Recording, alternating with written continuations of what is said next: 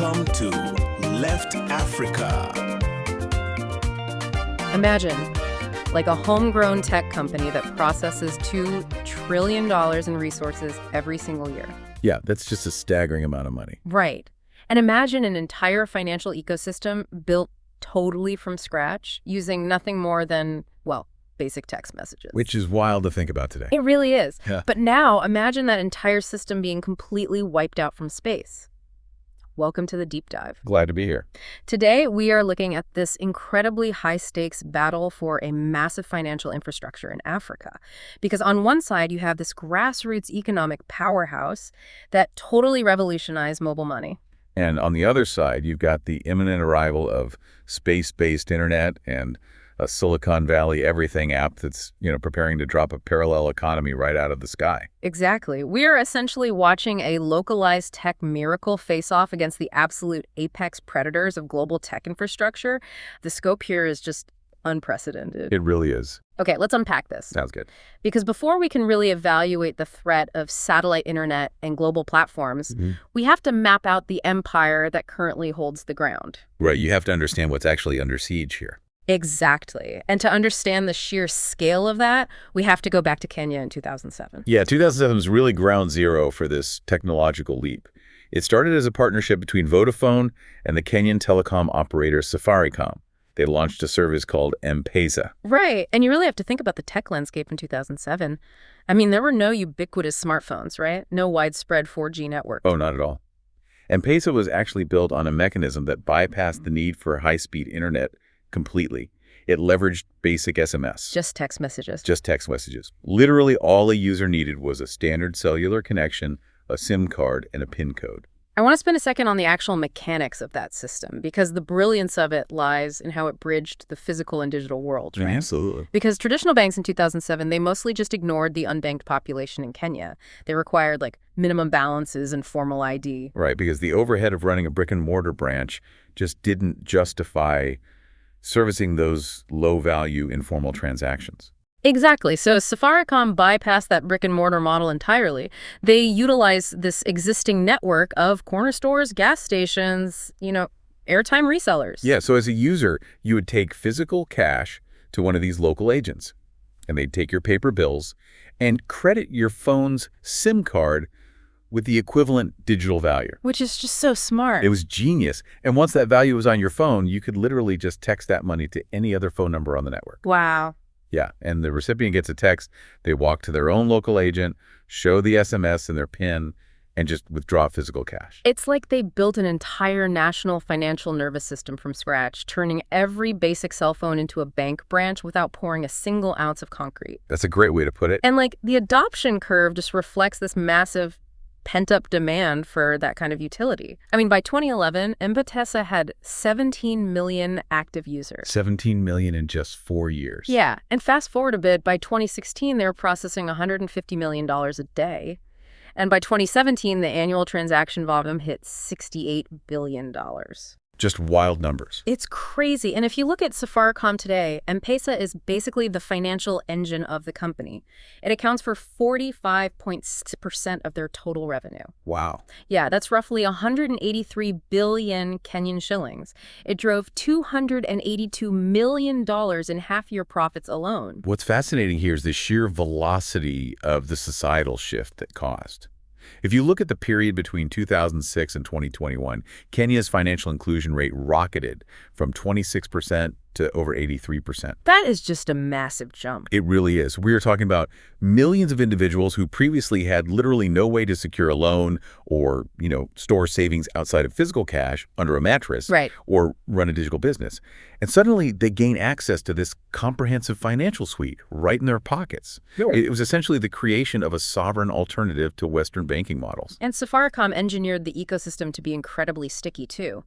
The Stewart piece notes that looking ahead to 2025 data, 58% of all M-Pesa transactions were processed completely free of charge. 58%. Yeah, zero fees for the majority of transactions. Wow, that's huge. Right, because when the vast majority of your daily financial interactions, paying for groceries, sending money to family, settling utility bills, when that costs you absolutely nothing, leaving that network makes zero economic sense. Yeah, They built absolute behavioral lock-in. They really did. Today, there are 53 million M-Pesa accounts in a country of 55 million people. Basically the entire population. Pretty much. And they just surpassed 12 million users in their Ethiopian expansion, too. And, this system was widely celebrated by global institutions. It was like the ultimate example of a developing market leapfrogging legacy infrastructure. Totally. They didn't wait around for Western banks to build branches. They just built their own digital rails. But, and this is the key issue, as successful as this closed-loop ecosystem is, it hits a severe structural ceiling the absolute second it reaches a national border. Right. Okay, let's look at that geographic bottleneck. Because Africa's structural legacy of colonial fragmentation leaves the continent with 54 different regulatory regimes and 42 different currencies. Which is just a regulatory nightmare. Exactly. Sending money across borders is incredibly complex. It's essentially like trying to ride a train across a vast continent, but at every single state line, you have to get off the train, buy a completely different ticket, using a different currency, Right. undergo a brand new security check, and then wait for a completely different train operator. Yeah, that friction is precisely why M-Pesa has struggled outside of its core regional strongholds. Like they attempted to expand into India and it failed. Oh, really? Yeah. They've also struggled immensely to gain a real foothold in South Africa because the legacy banking infrastructure and the regulatory environment there are just vastly different. That makes sense. If you try to send money from, say, Nairobi to Lagos, the transaction doesn't just travel point to point. Because of the different currencies. It's exactly. Due to the lack of unified clearing systems, that money often has to be routed through correspondent banks in London or New York. So it converts from Kenyan shillings to US dollars or euros, and then finally into Nigerian naira. Wow, so it literally leaves the continent just to go to another country on the continent. Yep. It's slow, requires multiple platforms, and the fees are just exorbitant. But wait, I have to challenge this bottleneck for a second. Because we have an entire ecosystem of heavily funded tech companies actively trying to solve this, right? True. I mean, Flutterwave is valued at $3.2 billion. Chipper Cash built its whole brand on zero-fee cross-border transfers. Right, they're big players. And you have Paga in Nigeria, MTN Mobile Money across West Africa, Airtel Money. If the underlying tech is already robust enough to process $2 trillion annually across the continent, why can't these massive fintech players just bridge the borders and unify the system? They clearly have the engineering talent and the VC funding. If we connect this to the bigger picture, we see that technology actually is not the limiting factor here. Sovereignty is the limiting factor. Sovereignty? Yes. Every single time data or capital crosses a border, it hits a regulatory toll booth. You are dealing with a new central bank, a new Ministry of Finance, and completely distinct macroeconomic priorities. Right, because each country has its own agenda. Exactly.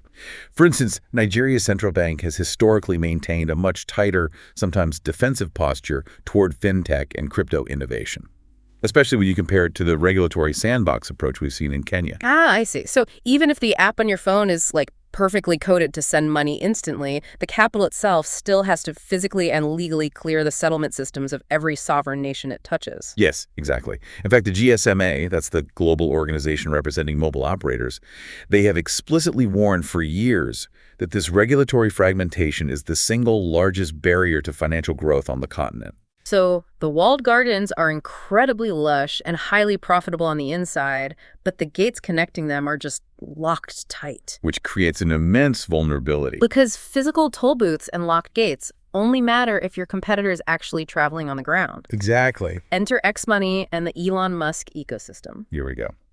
So X-Money is currently live in the United States, right?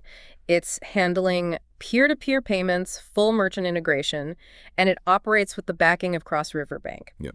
But crucially, it is offering a massive 6% yield on savings. And the roadmap for this platform is unapologetically global. It is designed to be the foundational financial layer of Musk's Everything app. But a sophisticated app alone isn't enough to threaten a Goliath like M-Pesa. To disrupt an ecosystem that's deeply rooted in local communities, you need to bypass the underlying infrastructure entirely. Right. Stewart's analysis in the dossier categorizes this threat through what she calls an unprecedented three-layer infrastructure stack. Okay, let's go through this. The first layer is the physical bypass, Starlink. Satellite internet. Exactly. Starlink is currently operational in more than 10 African countries. And the user demand is so intense that in South Africa alone, there are an estimated 14,000 illegal terminals active right now. 14,000 illegal terminals. Yes. People are physically smuggling the hardware across borders. Oh, wow. Why go to all that trouble? Because traditional telecom providers just haven't laid fiber optic cables or built reliable cellular towers in a lot of regions.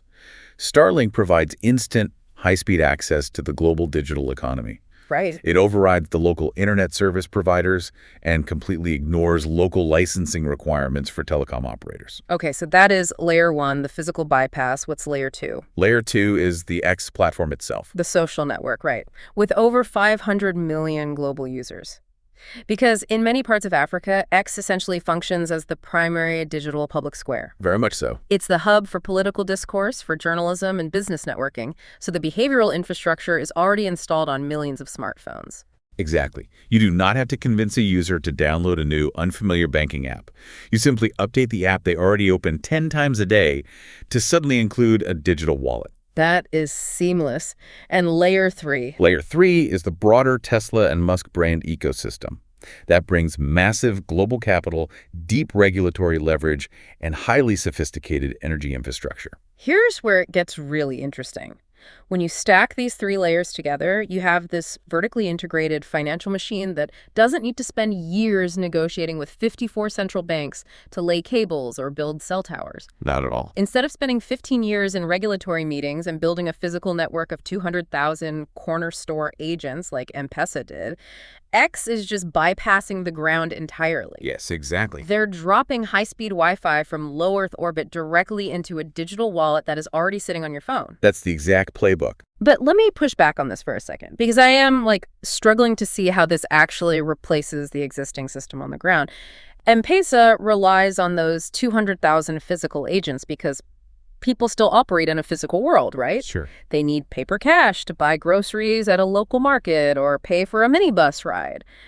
Are we really supposed to believe that an app and a satellite are going to convince a local street vendor to abandon physical cash overnight? It's a fair question. How does a user even get their money into or out of the X Money ecosystem without a local physical agent to facilitate the swap? That is the pivotal mechanical question.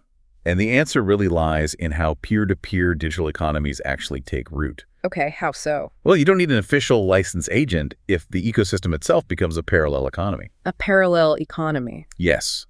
We have seen this exact mechanic play out in countries experiencing severe inflation, where citizens rapidly adopt stablecoins.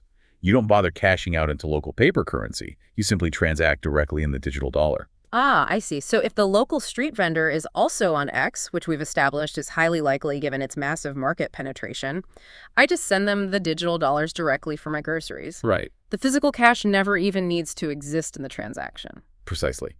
And users can fund these wallets initially through international remittances from family abroad or, through digital gig economy work that pays directly in US dollars. That makes total sense. And once the network density reaches a critical mass, the loop closes entirely digitally.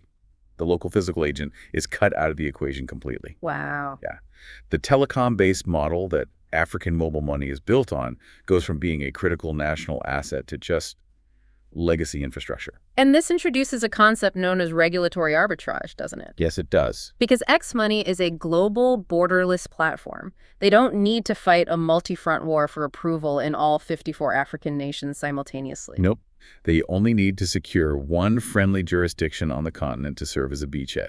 Right, and once X Money is legally live in that single market, user demand will likely just bypass the red tape of all the neighboring countries. They'll operate in the gray market, just like we're seeing with those smuggled Starlink terminals in South Africa. Exactly. And this brings us to the core economic threat that's really driving the analysis in our source material. Because if X Money allows users to hold their funds in US dollars and layers a 6% yield on top of that, which is massive, it creates a macroeconomic gravitational pull that local currencies simply cannot fight. Okay, I want to look at this from the perspective of the average user on the ground, because frankly, getting a 6% yield in US dollars sounds incredible. Oh, absolutely. If I am living in an economy dealing with high inflation or constant currency devaluation, an app that lets me instantly convert my local salary into stable US dollars and earn a massive yield, That is a profound upgrade in my personal financial security. For the individual, yes, 100%. Okay. So why is the source material framing this as a tragedy or a promise betrayed? This raises an important question. It's because of the macroeconomic mechanics of capital flight. Capital flight. Right. While moving savings into a high-yield U.S. dollar wallet is undeniably a rational, beneficial move for the individual at scale, it is absolutely devastating for the nation-state. How so? Think about how a banking system works. Banks take local deposits, and they use that capital to issue loans. Right. If millions of citizens simultaneously drain their savings from domestic banks and local mobile wallets and move them into a foreign digital ecosystem, the local banking system loses its liquidity. Oh, wow. So the domestic banks literally run out of money to lend. Yes. So local businesses can't get capital to build factories or hire workers, and the government's ability to issue debt or collect taxes on those transactions just evaporates. Exactly. Furthermore, the central bank loses control over its own monetary policy. Because they don't control the currency anymore. Right. Central banks manage inflation and economic growth by adjusting local interest rates. But if the population is conducting their daily lives using U.S. dollars held on servers in California, tweaking the interest rate of the Kenyan shilling or the Nigerian naira does absolutely nothing. Right. You lose the fundamental macroeconomic levers required to manage your own country's economy. Sure. We have actually seen similar dynamics with rapid cryptocurrency adoption in places like Argentina and Lebanon. The wealth generated within the continent is extracted and controlled by external private corporations. So the framing of Silicon Valley imperialism that the article uses, it isn't about military force or hostile corporate takeovers. No, not at all. The migration happens because the foreign infrastructure is just vastly superior, and consumers willingly opt in for their own financial survival. Yeah, and this raises an important question about the nature of sovereignty in the digital age, because the entire African fintech boom was built on this powerful narrative of homegrown solutions, Africa creating infrastructure for Africa. Right, the homegrown miracle. But that sovereignty was conditional. It relied on a fragmented regulatory landscape and physical telecom infrastructure that acted as a barrier to entry for outsiders. I see. When a player arrives who can simply float above the physical infrastructure and route around the borders, that conditional sovereignty shatters. And X money is just the tip of the spear here. I mean, the waters are totally full of apex predators. You have PayPal committing $100 million to expand across the Middle East and Africa, actively testing their integration strategies in Nigeria right now. Yep, they're making moves. Stripe is quietly building its footprint. Amazon is aggressively racing to launch Project Kuiper to challenge Starlink's dominance in satellite internet. And Apple Pay and Google Pay are always waiting in the wings, ready to flip a switch on billions of devices. Exactly.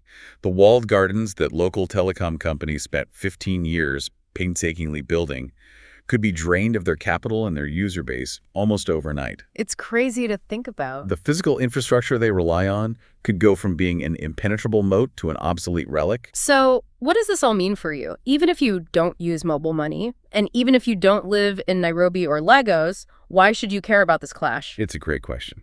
Because this is not just a localized story about African tech. This is a massive, real-time masterclass in the future of global finance.